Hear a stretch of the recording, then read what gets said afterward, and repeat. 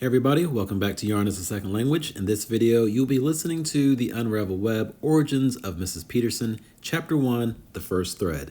Now, this is going to be Chapter 1 of a 4-part series, and it is the prequel to the Unraveled Web, A Crochet Mystery. You don't need to go back and listen to those first ones, but if you do, there are 5 of them. It may help tie things together a little bit more, but if you haven't listened to it, I think you'll be fine with just listening to this one as well. So, without any further ado, let's go ahead and jump into it. If you're not subscribed to the channel, please subscribe. Hit that thumbs up button if you don't mind. Cue the intro, and we'll get into the story. Adios.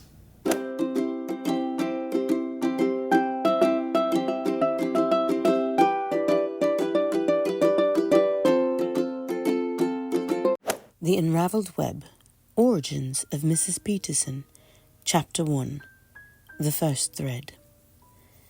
It was a rainy autumn night when Margaret Peterson first discovered the power of secrets. She was a young woman then, far removed from the quiet, elderly figure that would one day haunt the streets of Willow Creek. Back then, she was just Margaret, a talented crochet artist with a keen eye for detail and an insatiable curiosity. But tonight, she was something more, a woman on the verge of a dangerous new path. Margaret was sitting in her cramped apartment in the heart of London, working on an intricate shawl pattern, when a knock at the door shattered the quiet. Startled, she glanced at the clock. 1:45 a.m. Who would be visiting at this hour? Pulling her cardigan tighter around her, she approached the door cautiously. Standing in the rain-soaked doorway was Victor Langford, a man she hadn't seen in years. He was older now, hardened by time and the weight of untold stories, but there was no mistaking his intense gaze. "Margaret," he said in a low voice, "I need your help." Victor had been an art thief, one of the best. The paths had crossed years ago when Margaret stumbled upon his secret stash of stolen relics. Instead of turning him in, she made a different choice. She offered to help him hide the artifacts, disguising ancient treasures within the folds of her delicate crochet work. The authorities never suspected a thing. But that was the past. She had left that life behind, or so she thought. "I'm done with that," Margaret said, her voice firm as she started to close the door. Victor pushed his way inside, dripping rainwater onto her pristine rug. "You don't get to walk away. Not now. Not when everything's about to come crashing down." Margaret froze.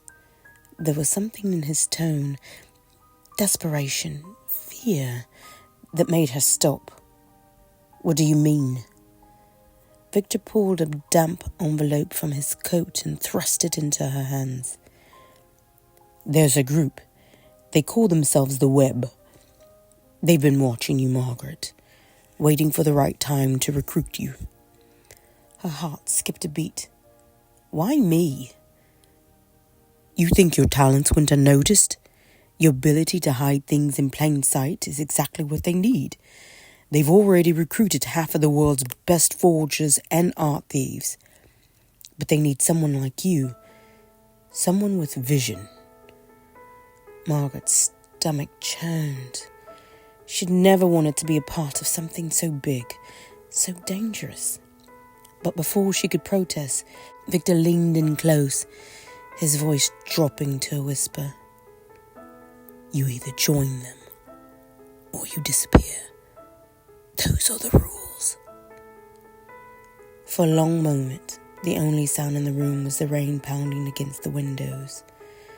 Margaret's mind raced. She had no desire to get involved in something like this, but the way Victor spoke, the fear in his eyes, it wasn't just for show. "What's in it for you?" she asked, narrowing her eyes. Victor hesitated, then sighed. "I need out. I've been in this life too long. The Web offered me a way to disappear, to start over, but I can't get out unless I bring them someone better than me." Margaret's breath caught in her throat. You're offering me to save yourself? Victor didn't deny it. It's your choice. Help me, and I'll make sure they treat you well. Or you can take your chances with the ones who don't give second chances. Margaret stared at the envelope in her hands.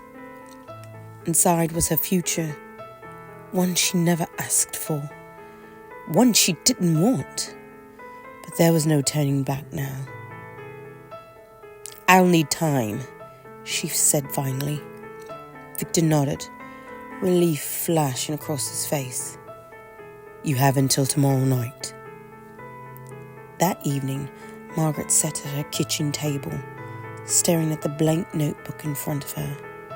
She was supposed to come up with a plan, a way to present herself to the web, but her thoughts kept drifting to the life she had left behind.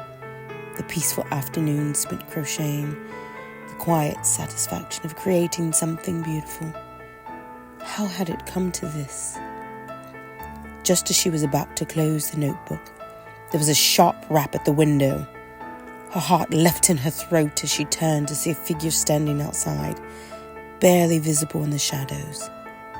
Slowly, she approached the window and opened it. A man, cloaked in darkness, handed her a small package wrapped in brown paper. From the web, he said in a gravelly voice before vanishing into the night. With trembling hands, Margaret unwrapped the package. Inside was a spool of thread, blood red, and a simple note. The first stitch is always the hardest. Welcome to the web. The next day, Margaret met Victor at a rundown cafe on the edge of town. The moment she sat down, she slid the spool of thread across the table. Tell me everything you know. Victor's face paled. They've already contacted you? Margaret nodded. They're not giving me a choice. Victor leaned forward, lowering his head. The web isn't just a group of thieves. They're a network, a global syndicate with eyes everywhere. Once you're in for life. They operate in the shadows, collecting not just artifacts, but information, secrets that can topple governments, destroy lives. Why do they want me? Because you're smart, you're discreet, and you're good at hiding things. They'll want you to help them encode the messages, hide the most valuable treasures. You'll be the key to staying one step ahead of everyone. Margaret felt a cold chill settle over her. She'd never imagined her skill in crochet could lead her to something so dangerous. And if I refuse? Victor's expression darkened.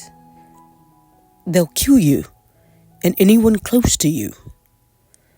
The weight of his words settled over her like a suffocating blanket. There was no way out. So what's the plan? She asked, her voice steady despite the fear gnawing at her insides. Victor smiled grimly. You don't make plans. The web does.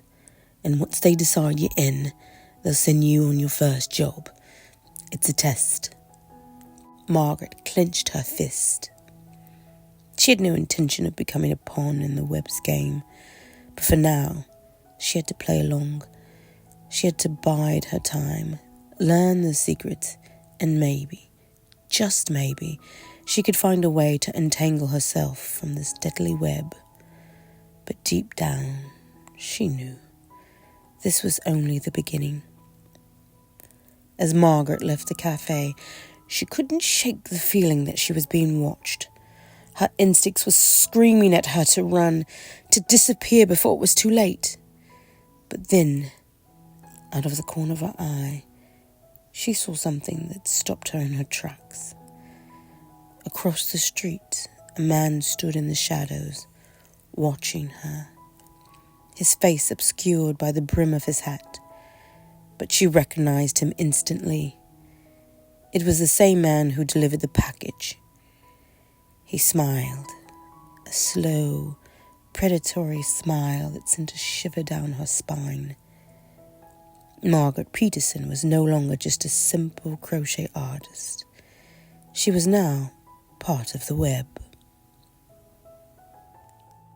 Well, I hope you enjoyed the first chapter in this series. If you did, please let me know in the comment sections. Give me a thumbs up. Please subscribe to the channel.